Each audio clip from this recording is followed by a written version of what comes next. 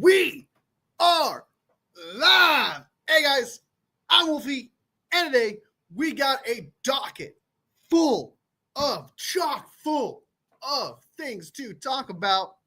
So we're going to jump right into them. We got players on the trade block around the league. Should the 49ers entertain these trade rumors, potentially players on the trade block? There's a few that I actually kind of like. I'm not going to lie to you.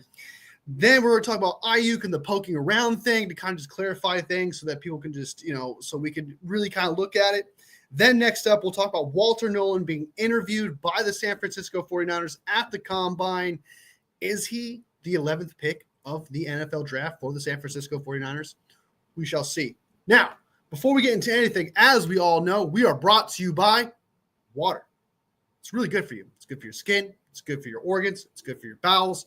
It's just all around good for you. So let's go ahead and get into it. H2O, it's the way to go. Actually need really need water. I got some crazy cotton mouth. So hold on, let me take a drink of coffee. All right. There's one thing I forgot to do. Give me 1 second, y'all. Give me one second. Let me go ahead and do this real quick, and I'll be right there. I am live. Bing, bop, boop, bop, bang. All right, here we go.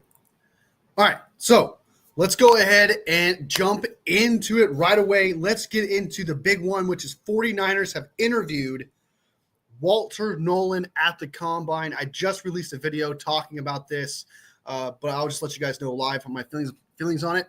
I like Walter Nolan. I think he's a good player. I think there's about 1 to maybe 5 players in this draft who are relatively good, who I really do enjoy, who I think will be day one starters, who can actually contribute, really can stop the run, who are very good tacklers, who can really bring it in this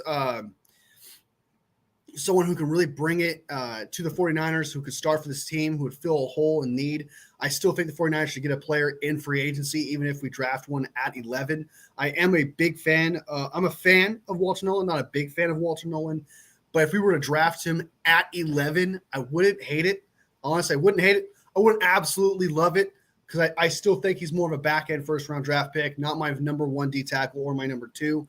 But, I mean, he's still a day one starter. Someone with really high ceiling. There's one thing I want to say, I know I just said that stuff, but there's one thing about Walter Nolan is that he has a very, very high ceiling, right? His ceiling is it's up there with potentially being super elite. He could potentially be being better than Mason Graham at some point. His ceiling is super high. And that is just ceiling and potential. I'm not saying he will be better than Mason Graham, but there's a lot to love about Walter Nolan when it comes to potential. And aside from his potential, he will start day one. He is a guy who can stop the run. He's very good at climbing the ladder. He's very good at not being locked up by defenders when it comes to stopping the run. So he's very good at that as something. And he's a sure tackler as well. So there's a lot to love when it comes to that. As for pass rushing, that's not his best thing. But that's not what you're asking a player to do as a D tackle. You're asking a player to mainly stop the run when it comes to D tackle and have pressures. His job is to add pressure to the quarterback, which he is capable of doing. I do like him. I think he's a good D tackle. The other thing is about him that I was actually really shocked by that I just learned today was that apparently he's a 49ers fan. And him being a 49ers fan is really good. I really like the fact that he is a 49ers fan. I really do like the fact that he would love to be part of this team because we all know as fans, right, that if we were to play for our favorite team, there'd be nothing better in this world, right? There'd be nothing better to us. We'd work hard for that team. We'd be proud of what we worked for, especially when winning a championship. There's a lot to love if you were to be drafted by your favorite team. So, I mean, there's positives there, right, when it comes to Walter Nolan. He is 6'3", 296, 95 pounds, somewhere around there. He's got a 4.95 speed before the Combine. We'll find out more when the Combine starts. Right now, it's just interviews with these players. But it does seem like, I mean, not even just based on this interview and him being a 49ers fan, there's just a lot of hype about him joining the 49ers. A lot of people have have Walter Nolan mocked to the 49ers. So it would just almost make sense that he ends up getting drafted at 11. I wouldn't love it, right? But I wouldn't hate it, right? I'd be a lot more than just open-minded. I would know the fact that he would start day one and he would plug up that defense as a D tackle and stop the run, right? And that's been one of our biggest weaknesses. So he would still benefit the 49ers. He would still start day one. I just think at 11, I just feel like there's going to be a lot more players dropping there. That would be a lot more high priority that I think would be better than Walter Nolan. I think a good player that is supposed to be in the top 10 pick, maybe Will Johnson might fall. For example, if Will Johnson's there at 11, I think you should take Will Johnson in the corner instead, because just Will Johnson is a future All-Pro. He's got Patrick Surtain level of potential. He is that good. He is the number one corner of this draft, and it's bar none from compared to other corners in this draft. This guy is the number one corner in this draft, All-Pro potential, would start immediately and be impactful immediately, practically guarantee it. I almost practically guarantee it. He's got high IQ, fast. He's got the size. He's got the speed. He's all around the corner, prototypical corner that you want in this NFL. And if we had Renardo Green, Lenore, and Will Johnson on that line, and they get a DN and D tackle in free agency, and then in the second or third round, my God, this defense would be insane, especially in coverage. That'd be absolutely insane. That'd be incredible. But I digress. Walter Nolan, I do like Walter Nolan. I'm a big fan of Walter Nolan. And so I got to stop saying big fan because I'm not a big fan. I like Walter Nolan. I like him. Not love him. I like him. I'm a fan of him, right? He's one of my third or fourth D tackles in this draft. So, yeah, that's all I got to say about Walter Nolan, his potential. And, yeah, there's some comments in here real quick that I'll get to. Papa J in the house. Good to see you, man. Best mod a bro can ask for. One in the house. I love Walter Nolan, but I'd rather get an edge rusher in the first round. I really like James Pierce Jr., despite his character issues. Pierce Jr. was also interviewed by the Niners. I think I'll have to check that out. It's definitely potential. A lot more interviews are coming out today, especially considering this is the time for D linemen and a bunch of other defensive players to get interviewed. But as for this year, I'm not a fan of James Pierce Jr. as a first-round draft pick. I do think that we should get an edge rusher with that 11th pick. Much rather see that than a D tackle, just because there are, according to David Lombardi, there are 41 D tackles in this combine that's going to be in the draft. There's going to be options with the 40th. If you really want a D tackle, man, I don't think Walter Nolan separates himself so much compared to what you can get with the 43rd pick in the second round, right? I just don't think he separates himself like that. So, but there's some edge rushers that I feel like would contribute more and be a lot more high priority. So I do agree that getting an edge rusher would be more important than a D tackle at this point, because I think there's more D tackles than edge rushers in this draft. But James Pierce Jr., I don't understand the hype of James Pierce Jr. I like him. I think he's good. But I think he's more of a second round kind of type guy. I would draft him in the second round, early second if I had to. He's like my sixth or seventh pass rusher in this draft. I'm not the biggest fan of James Pierce, but I do like him, but he's raw. He's raw. He doesn't really have any – he kind of relies on his athleticism, kind of relies on his ability to bend necessarily, but he doesn't have a bag, right? He doesn't have, tools or anything like that. So I kind of question his IQ. How much is he just relying on instinct compared to actually, okay, I'm going to use my swipe. I'm going to do this. I'm going to do that. I'm going to – it's just not there. I'm not the biggest fan of James Pierce Jr. I like 5 other DNs in this draft compared to James Pierce Jr. Would I be upset if we were to draft James Pierce Jr. at 11? Yes, I would. I would much rather have Walter Nolan than James Pierce Jr. I do not understand the love for the guy. I do not understand why he's got this much hype when I watch him play. I mean, he is a second-round pick, right? He's a second-round pick. And if you're a second-round pick, you're still a starter, right? You're still good. He's still good at his job. But to me, he is not, and I mean absolutely not, the 11th pick in this draft. He just, I would lose my mind. I would be genuinely upset, right?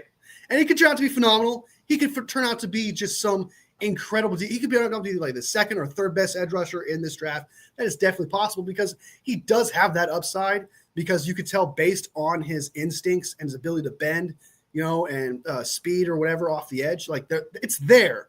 It's there. There's potential there, but he's raw.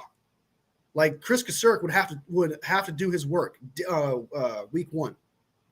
By the time he starts week 1, I just don't think he would be that impactful week one. I think in time he'll get better, but there are 5 other DNs I would much rather take than James Pierce Jr.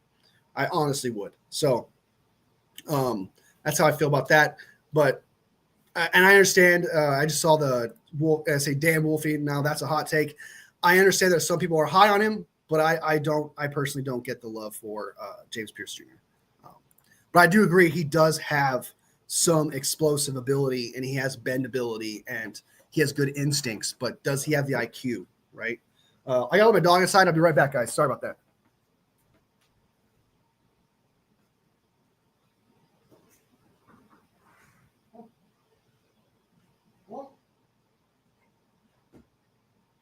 Yeah, it's hot.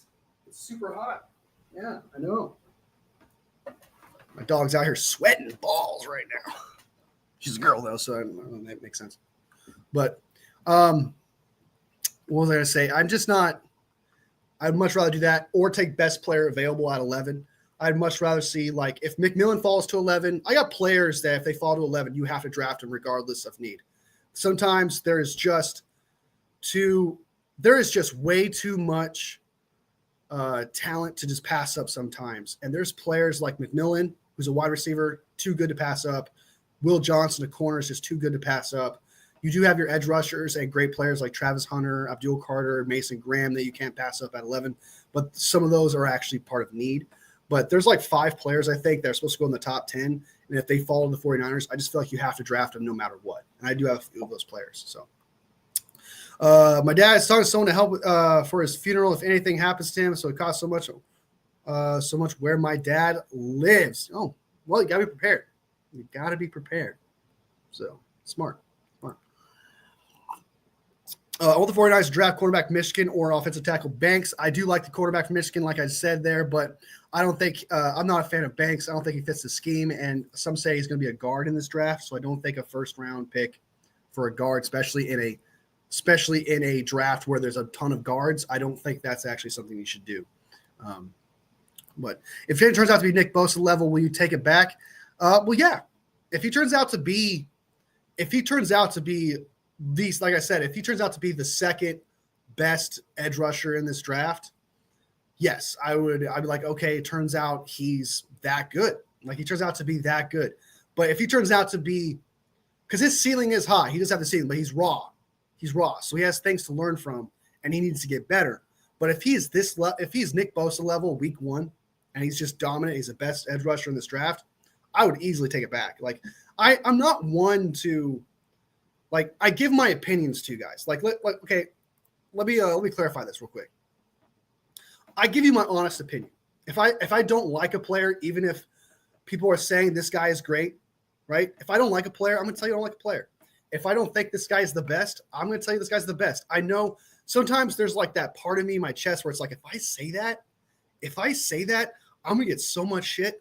But I feel like I can't lie to you guys. I can't just come to you guys and be like, yeah, I totally agree with what everyone else is saying. I'm going to tell you if I think a player isn't that great. If I think a player shouldn't be drafted here, I'm going to tell you that. And if I turn out to be wrong, I will also tell you that. I'd be like, okay, it looks like I was wrong and those professionals were right about this player. They were right about James Pierce Jr. He should have picked at 11. He's that good, right? I would totally do that because at the end of the day, like I always try to preach, that these are conversations, right? You and I are having a conversation. That's what it's about. It's not me being a professional scout guy going, this guy's good. I promise you he is. And no matter what, he's going to be good. And if he's not good, it's not my fault. It is the player's fault. And because, he denied his ability and it was the coach's fault that ruined him. I'm not going to do that. I'm like, look what he did. He turned out to be great. Right? It's just like when I'm trying to be right. I'm like, I'm right. Because at the end of the day, when you're out of a conversation with your buddy on the couch about a player or about football, you're going to say your honest opinion, right? You're going to say, I like somebody or whatever. You're going to disagree with things. And that's the end of the day. That's the conversation is. I want to tell you if I think, like if I tell you, I don't think Mason Graham is as good as everyone is that he's hyped up to be. I don't think he's as good as he's hyped up to be. I really honestly don't. That's because I truly honestly believe that. And it's not because I'm trying to be different. It's not because I'm trying to create a hot take. It's just because I think that. And at the end of the day, if he turns out to be If I turn out to be right, guess what? I turn out to be right. Yeah, I called it. You guys can take my word for it. And if I'm wrong, I could be like, guess what? I was wrong. That guy was great, man. We definitely should have picked that guy. We definitely should have done that because it's just a conversation at the end of the day. And I got to stop saying at the end of the day because I sound like fucking Debo Samuel.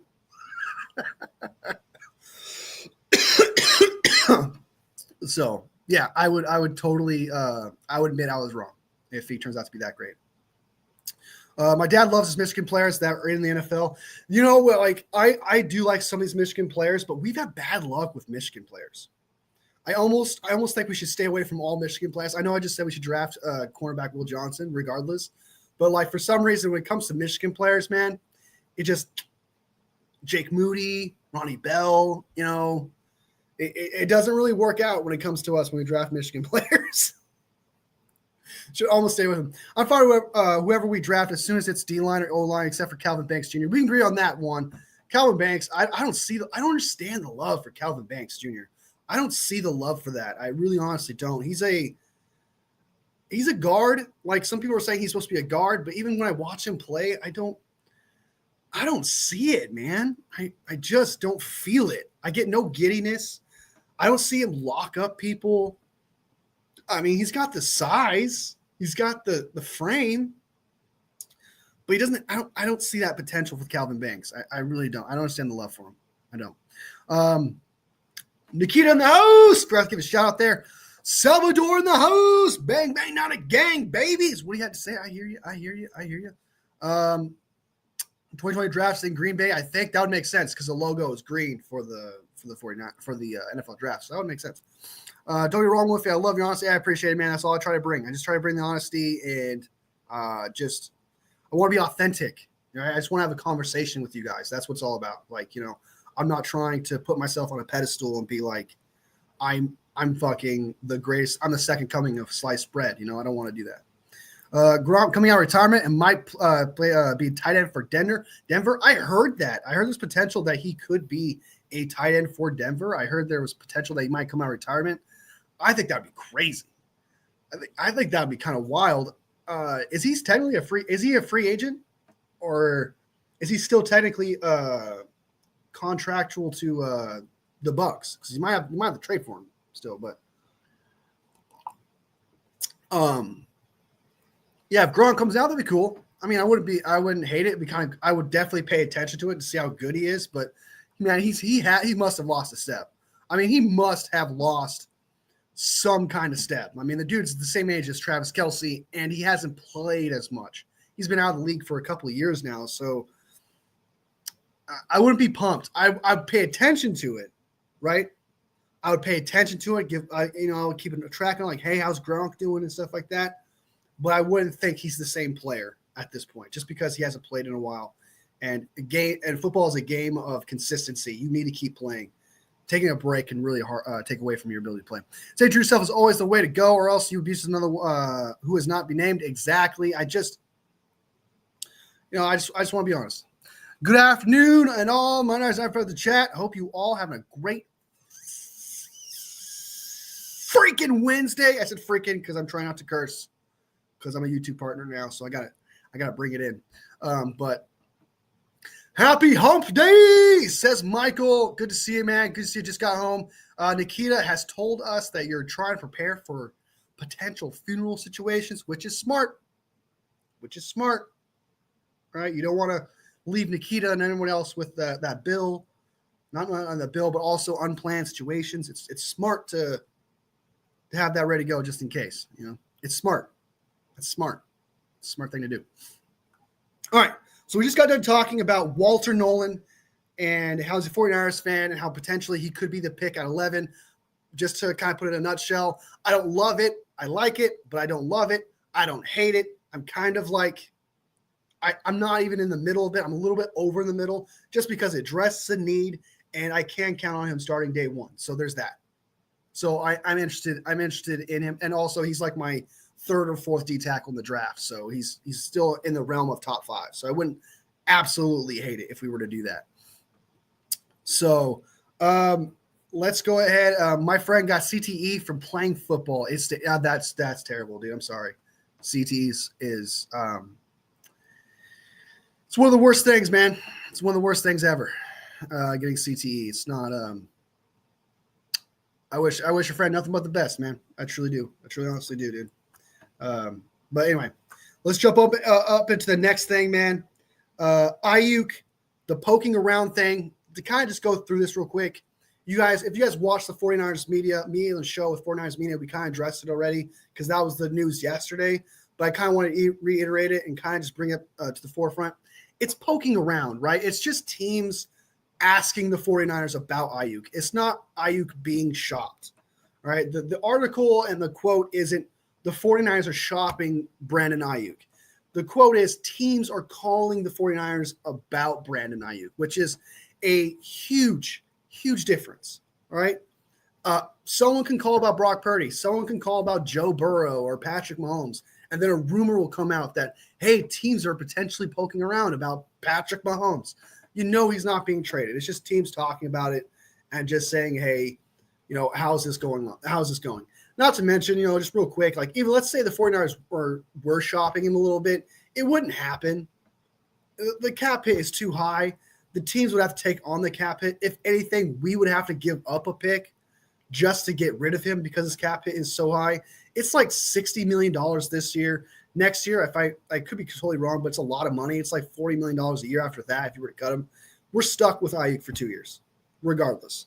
Maybe a year after that, we'll probably move on from him, but we're stuck with the guy. There's nothing we can do about it.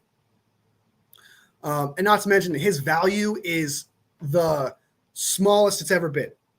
All right, his value right now, you could probably, let's say cap wasn't an issue, you would get a 6th or 7th round pick for the guy. He's coming off a major injury to his knee. His knee practically got obliterated outside of his tendon. The only thing that he didn't lose was his tendon. All right. And if that happened, his career would probably be over. But pretty much everything in his knee got obliterated. Okay. So there's a lot of question marks there. There is no way that they're going to trade Brandon Ayuk. It's just teams asking about Brandon Ayuk. That's what's happening. I almost said at the end of the day.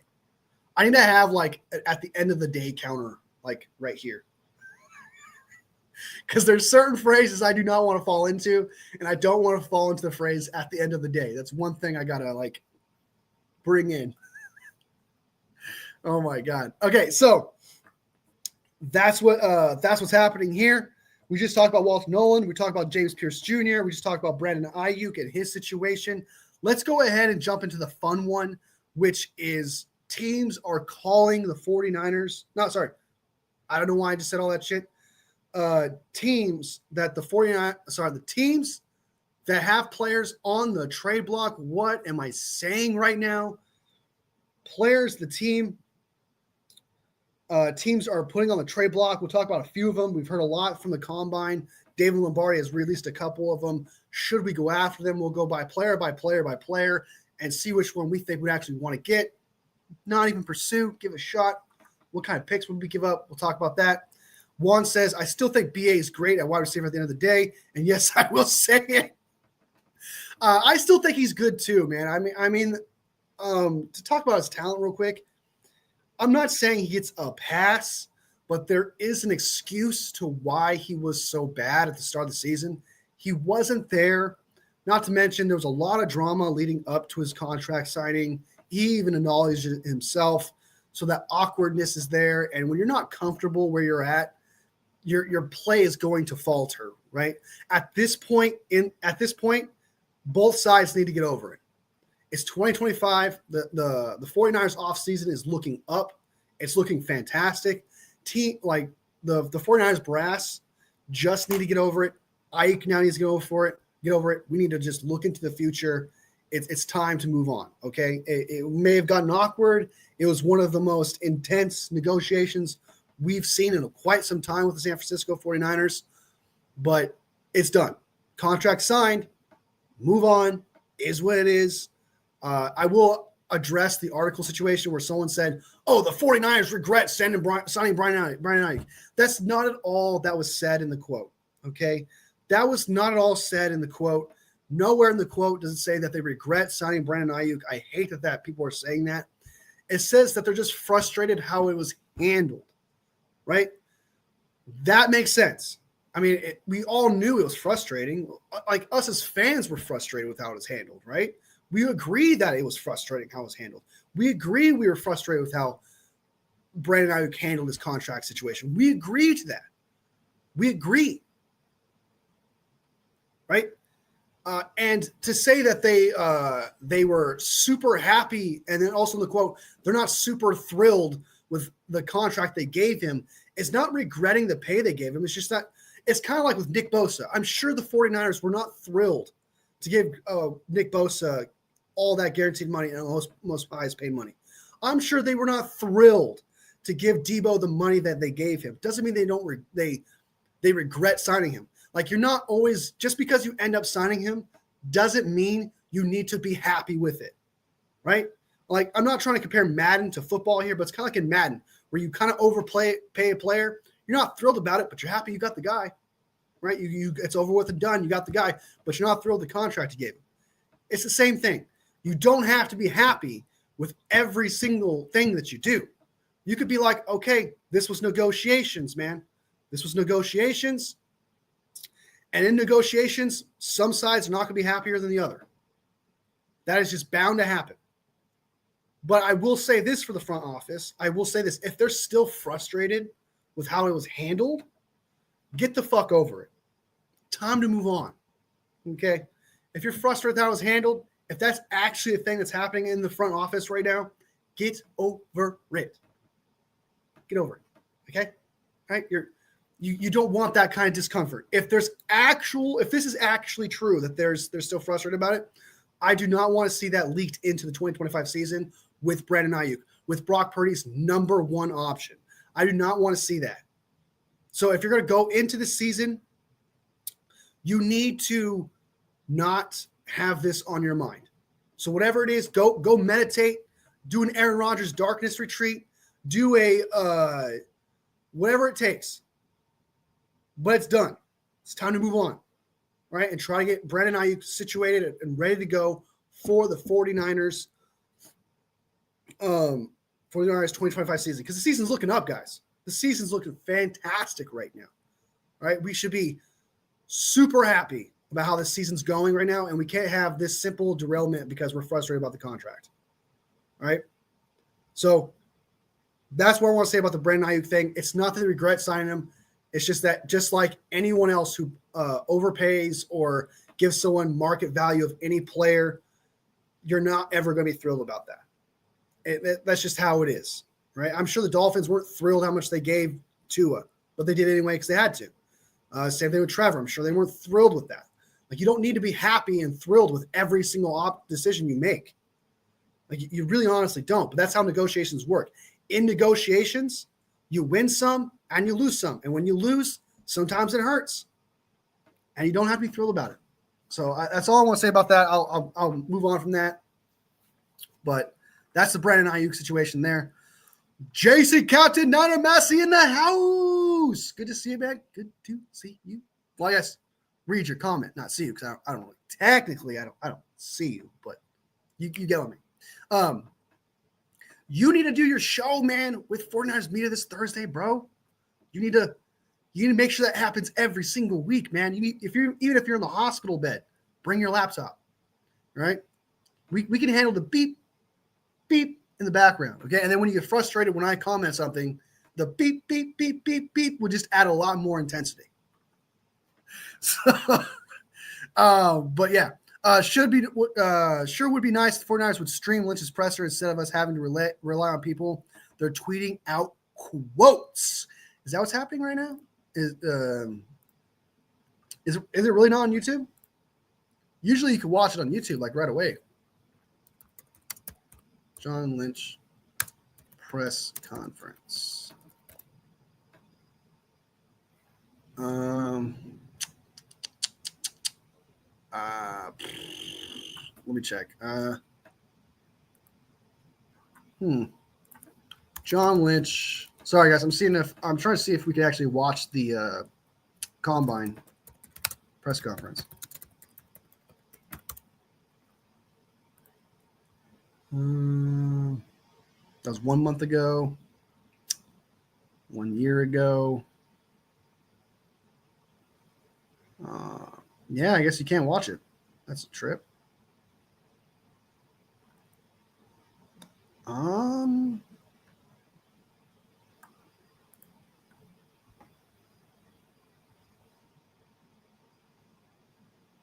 Sorry, something's gone wrong with the video. Please select a different video.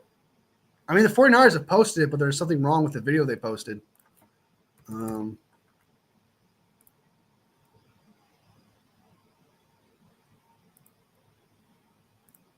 That's right here. If you guys want to watch it, it's right here. You can watch it right now, guys. We can do that. Let's go ahead and watch the press conference. David Lombardi posted it 10 minutes ago. Hey, last week was Ed Shule. Last week, not to throw him under the bus or anything.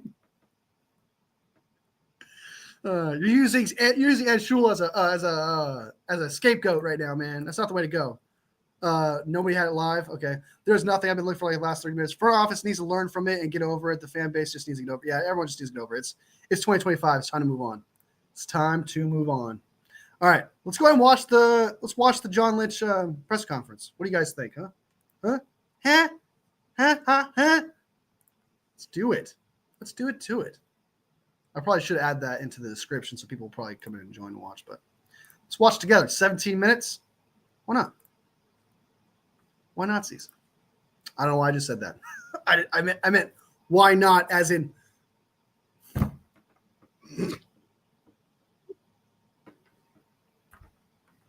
That was a total accident. I did not mean to say that. I did not mean to say that. It was a total accident. All right, let's go ahead and watch his press conference. I'm such a dumbass, I swear. Okay.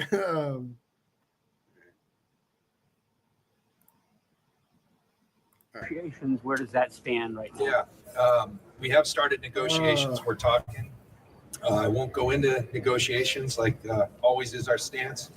Want Brock to be our quarterback as long as we're here and beyond, and we'll leave it at that. I think the final thing, there's no guarantees that we get something done, but my experience has been when both sides are motivated, there's ample opportunity to do so, and we've been able to do that. So.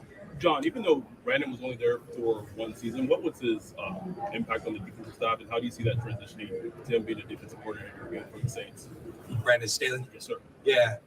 Well, we brought Brandon in for a reason because of the regard we held him in his football mind. And, it wasn't our best year, but I think we saw just that. In his Brandon is he's got a great football mind. He's got a good way of communicating, and we really enjoyed the opportunity to work with him. I think the Saints, really got a good one. Good decision by Mickey and Kellen and everybody there, and I wish them well. Yeah, I did. What was the situation with Brian Grease?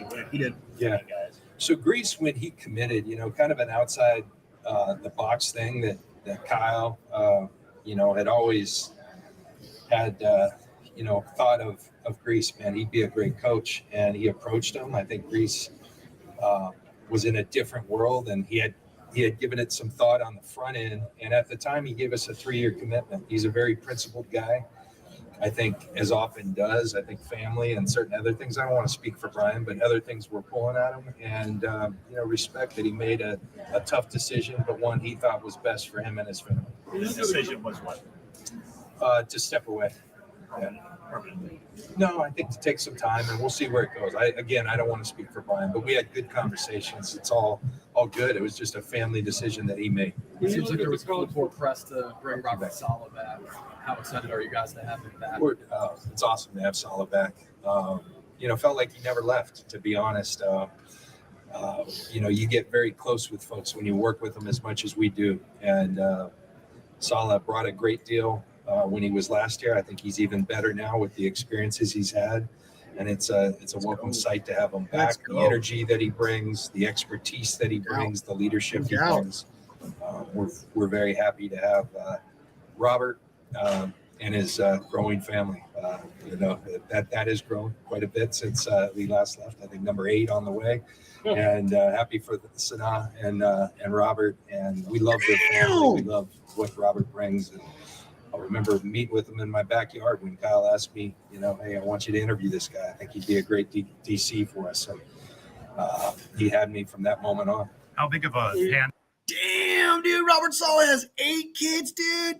He's going for the Phillip Rivers record. Crazy, bruh. That's crazy, dude. But yeah, W's in the chat for Robert Saleh, y'all. I'm super happy to have him back. I'm super happy he's here. Congratulations to his potential 8th kid. Jesus Christ, dude.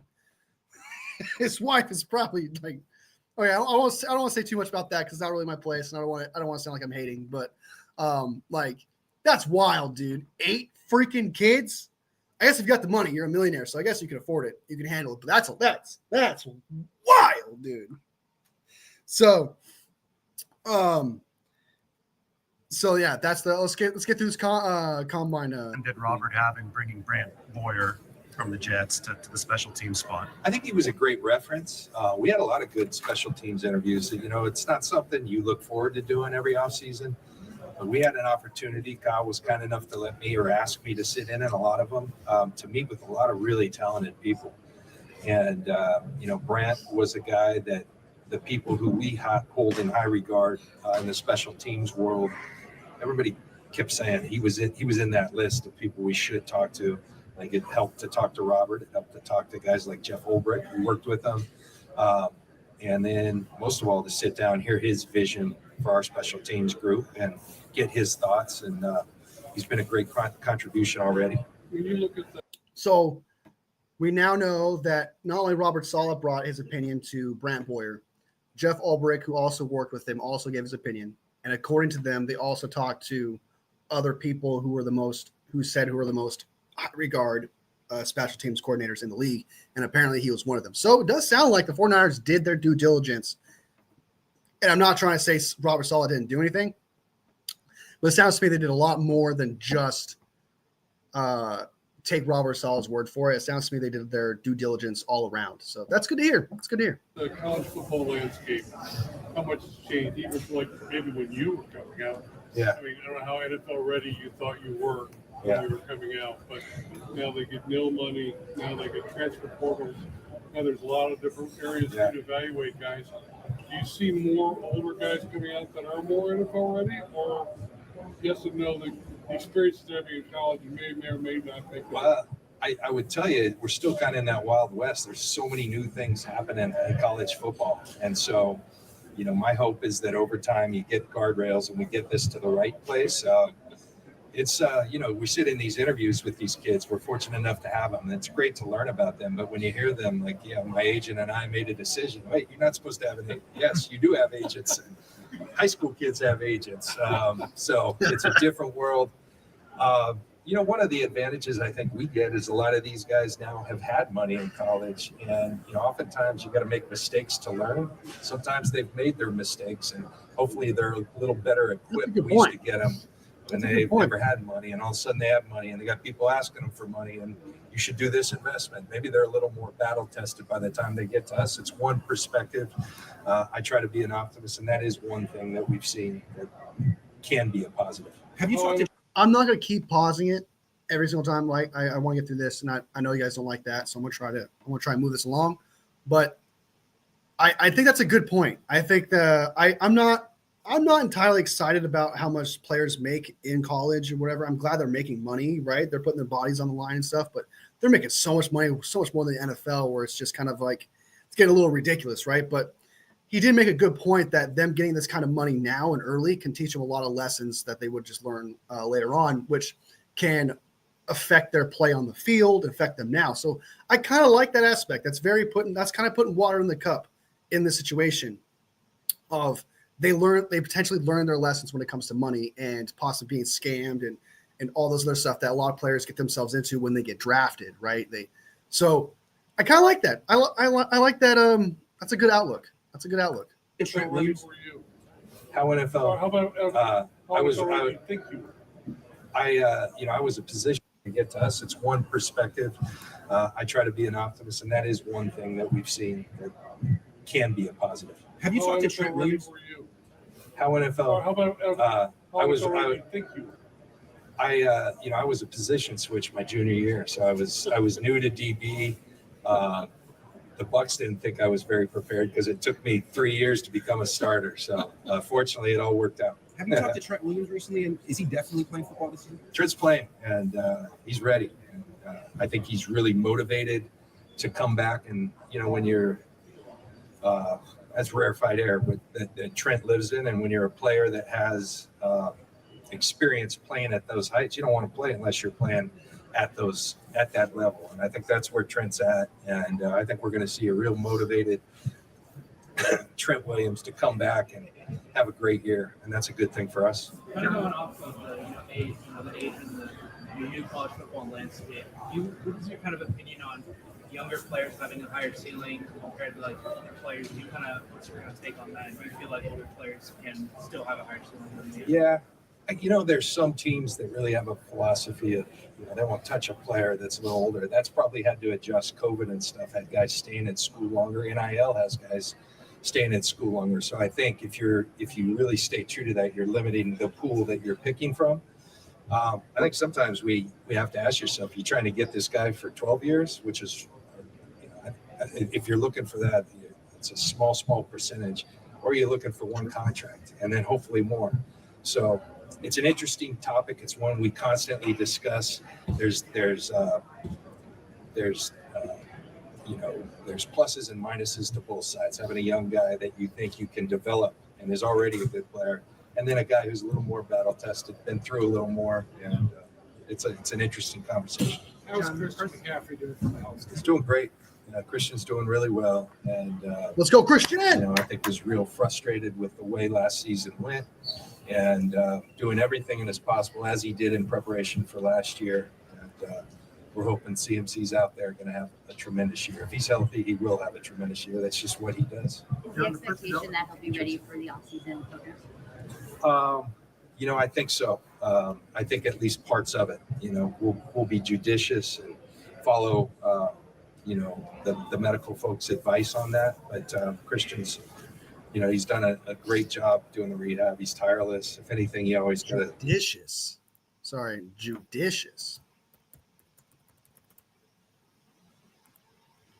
Judicious, having, showing, or done with good judgment or sense. Interesting word. You got to say whoa to Christian. And as my friend Mike Tomlin, it's a lot better to have to say whoa than it is to say sick. So Christian is a whoa guy, and because he's going to do everything possible to give himself a chance. John, the personnel department has gone through a lot of changes both in and out the last few years.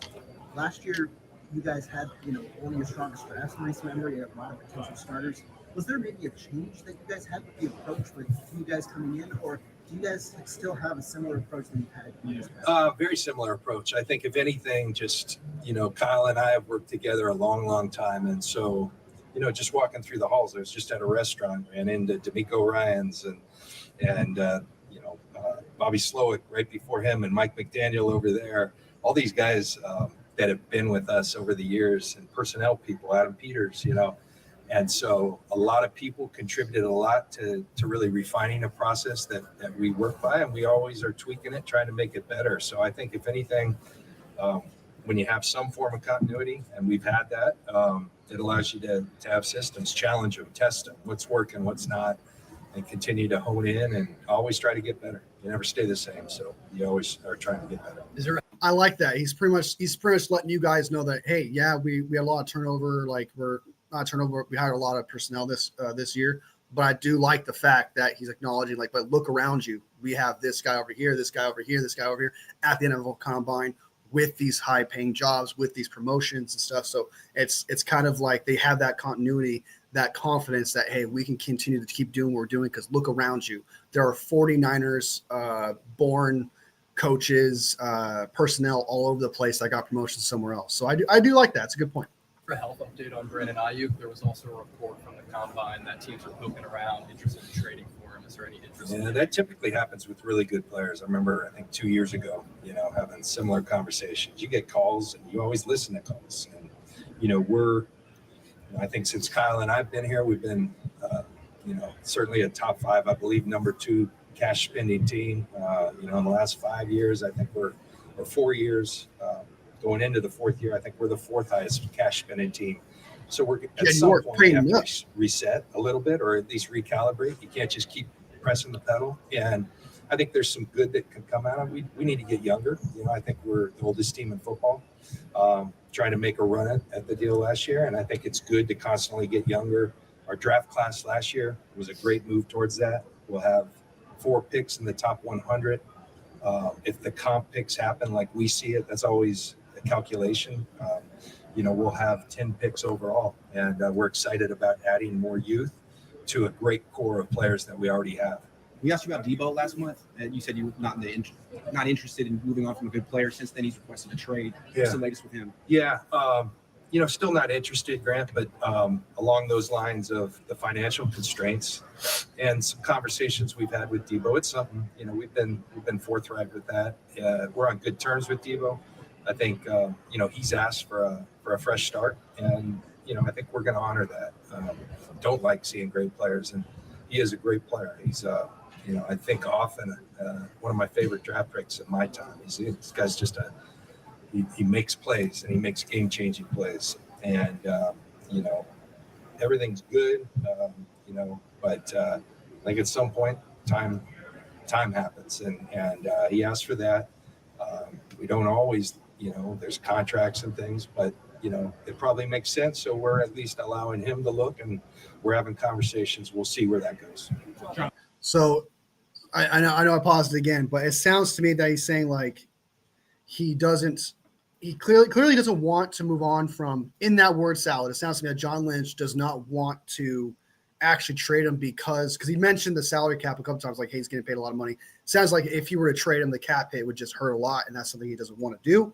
But he does say that he's going to honor it and that there's no like animosity or whatever, and that he's letting Debo Samuel and his agent do the due diligence themselves and see what they can do. Like, hey, all right, if you want him gone, go see if you can find someone that we can trade with so we can get rid of you and move on from you.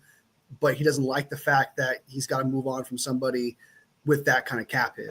And as for the the talents and he's one of my favorite players we drafted kind of type thing, that is just him being positive, throwing out the positive vibes. That's really what it's about. But the nitty gritty of that word salad was his cap hit's a lot of money. We don't want to just take that cap hit, but since you're the one that wants out and we want to necessarily keep you, you want a fresh start, we'll honor that. But you will have to meet us halfway by doing the work of going to find a trade partner. That's pretty much what I heard in a nutshell. You view the draft overall? You see more defensive heavy, offensive heavy. There are pockets in there. Do you feel like there's a sweet spot maybe in the draft? What is your overall view? Yeah, I think a lot of good players. You always get concerned. Someone was talking earlier about the landscape of college football. These guys are being offered tremendous amounts of money to go back to school. And last I remember, school's pretty fun. It's so I think a lot of guys are taking that route. And real ladies, man, John Lynch. So then you wonder, is this going to really hurt our draft? And maybe in the late rounds it has. But the encouraging thing is I start to look, and we're still right in the thick of the process. There's a lot of good football I'm in the players. thick of it. Some could argue whether the impact top end players that there have been in past drafts. I don't know. We're not drafting, that high. But I think there's a lot of good football players across the board. There are some stronger positions than others, but there's a lot of good football players, and so we're encouraged by that. Is this the week that you expect to start getting maybe a little bit more clarity on Greenlaw, Hufanga, just through conversations as to whether or not you might be able to bring them back? Those guys are fantastic players. Of course, we have interest in bringing them back, and we'll work our tails off to try to make that happen. Whether it does, can't tell you that, but I think in the near future here, things are kicking off. So, yeah, we've been in contact with them, and their representatives will continue to be. What's the most challenging part of a situation like Debo's, where it's a good player who requests a trade? What's the most challenging aspect of a situation like that? Love. There's a lot of love there. There's a lot of respect there. There's a lot of shared experiences. So to let that go, that's difficult. But like I said, time happens, and if it makes sense for both sides, you at least give it a chance, and so that's where we're at. Did he explain why he wanted a fresh start? Yeah, but I'm not. Those are personal conversations, and like I said, everybody's on good terms. And, hopefully we find a great place.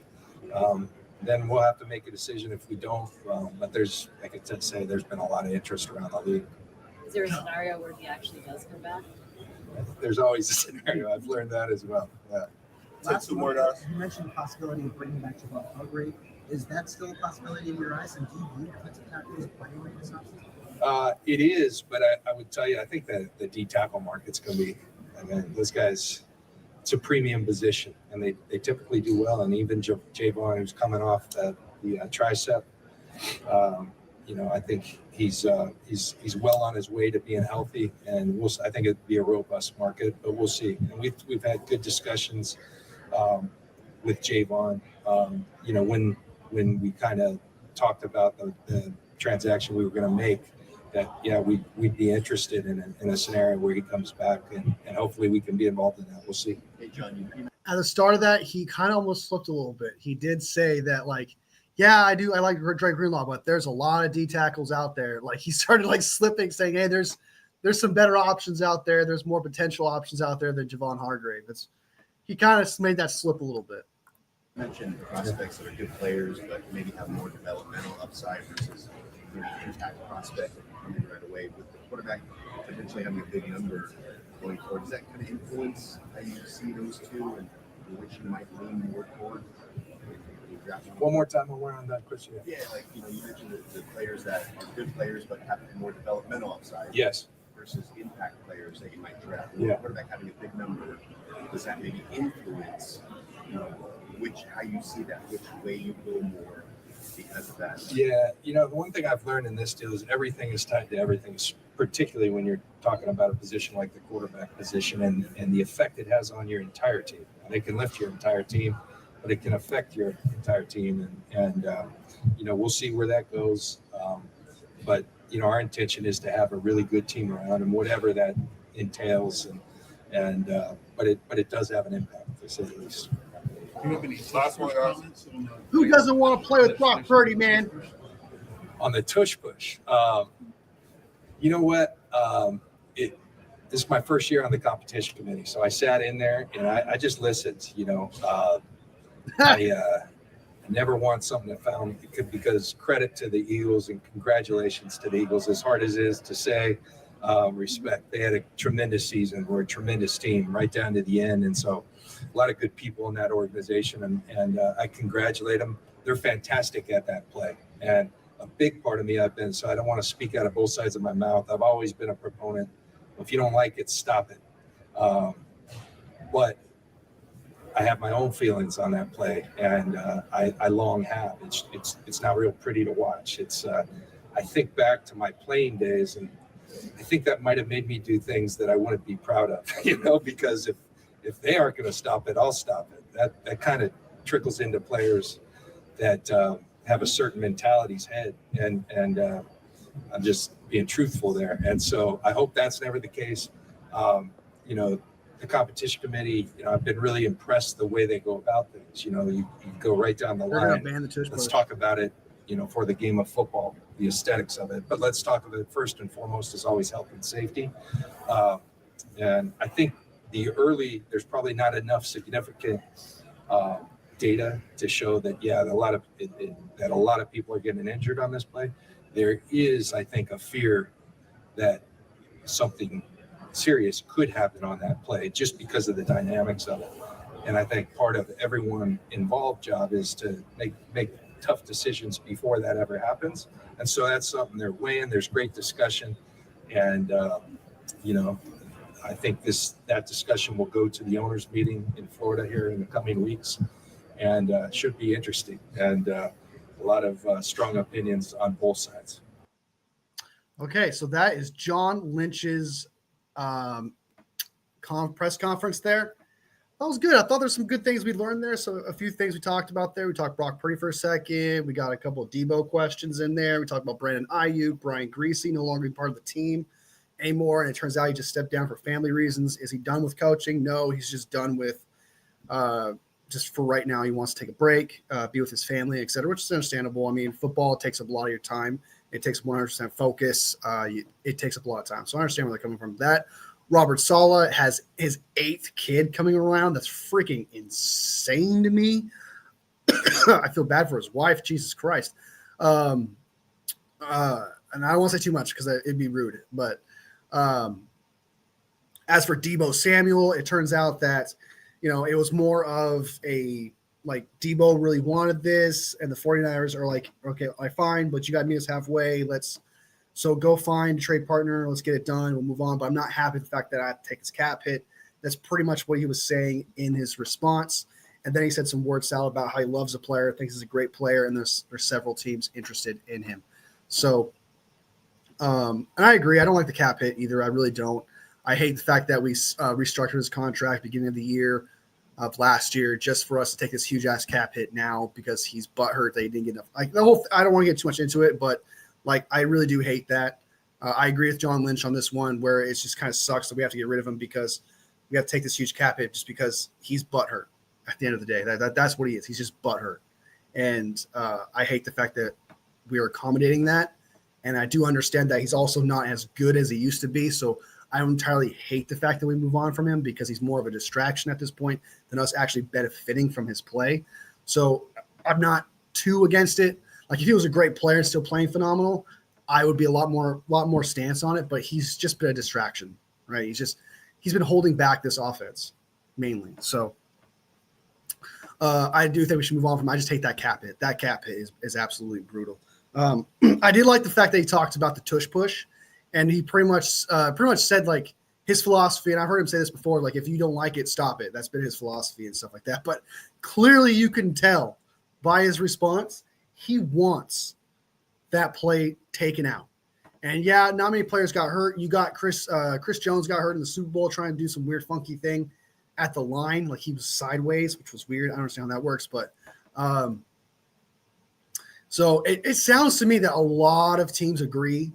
Because it wasn't just the 49ers and John Lynch saying this. Like I've heard, not obviously Green Bay was the one that put out the offer saying, hey, we should get rid of it. And they're the one that put in the request to get rid of tush push. But there's like some other GMs out there that's also pretty much said the same thing. They're kind of walking the line saying, hey, I kind of want it gone too or whatever. And I understand what he means by like some players are going to get desperate. For example, when we watched the Commanders versus Eagles game, you saw them constantly jumping over the line. Like just trying to time it or whatever. You're going to get desperate players to do desperate things to stop a play that cannot be stopped. So I understand what he means by that, but it is true that like if you don't like it, stop it kind of type thing. Because it's still in the realm of playing football, even if it's not an exciting play. Even if you look at it like how I look at it, and I do think it's an advantage. I'm not saying like that's the reason why they won the Super Bowl. I'm not saying it's, it should be banned or whatever, but I will say that it is an advantage. All right. It really is. They're playing, the Eagles play with 8-yard downs because once they get to 3rd and 2, 4th and 2, because the tush push gets you about 2 yards, guaranteed pretty much. So they're playing with 8-yard downs while the rest of the league is playing with 10-yard downs. And before you say it's just 2 yards, plenty of teams struggle to get 2 yards in just 1 or 2 plays. It happens all the time. They revive their drives because of the tush push a lot. And if you take away their tush push, a lot of their drives die. And just so you don't really know how much are they actually successful without that play. But I'm not for getting rid of it just because it's still in the realm of playing football. It's still technically part of the league. It still counts. I do agree that it's a play that you got to learn to stop and try to figure it out. It's just an elite play, but you cannot lie to me. You cannot tell me it's not an advantage. Okay, you can't tell me it's not an advantage. It is. It's 8-yard downs while the rest of the league plays with 10. And it's not just a QB sneak. Don't tell me it's just a QB sneak because it's not. All right, they're doing a lot more than just QB sneaking it. They figured it out. And you know what? Props to them. Props to them. Right? And I don't think the play should get banned. But don't tell me it's not an advantage. Right? Don't tell me that play is like 99% a dominant, guaranteed 2-yard play. You can't tell me that. But again, I read it again. It should be banned. Figure out a way to stop it. Figure out a way to put in the research, to put in the work to figure out a way to stop it. That's what I feel like you have to do. Because I'm certain, I'm absolutely certain there is a method. I'm certain there's a way to stop it. And I've also had this arguments before, like on TikTok, or whatever, where someone says, well, just get stronger players. I promise you it has nothing to do with strength. There is a strategy to what the Eagles are doing to get those yards. You need to find the counter strategy to stop it, right? As of right now, they have an advantage until you figure that out. That's how I feel about the tush push. So, but it sounds to me, based on that response, and I just thought that was hilarious. I thought that was super funny. I can't believe it's just based on, he's like, we earned the right to make that play. It's our play, blah, blah, blah, blah. It sounds to me they're going to ban it just based on Nick Sirianni's response and based on the rest of the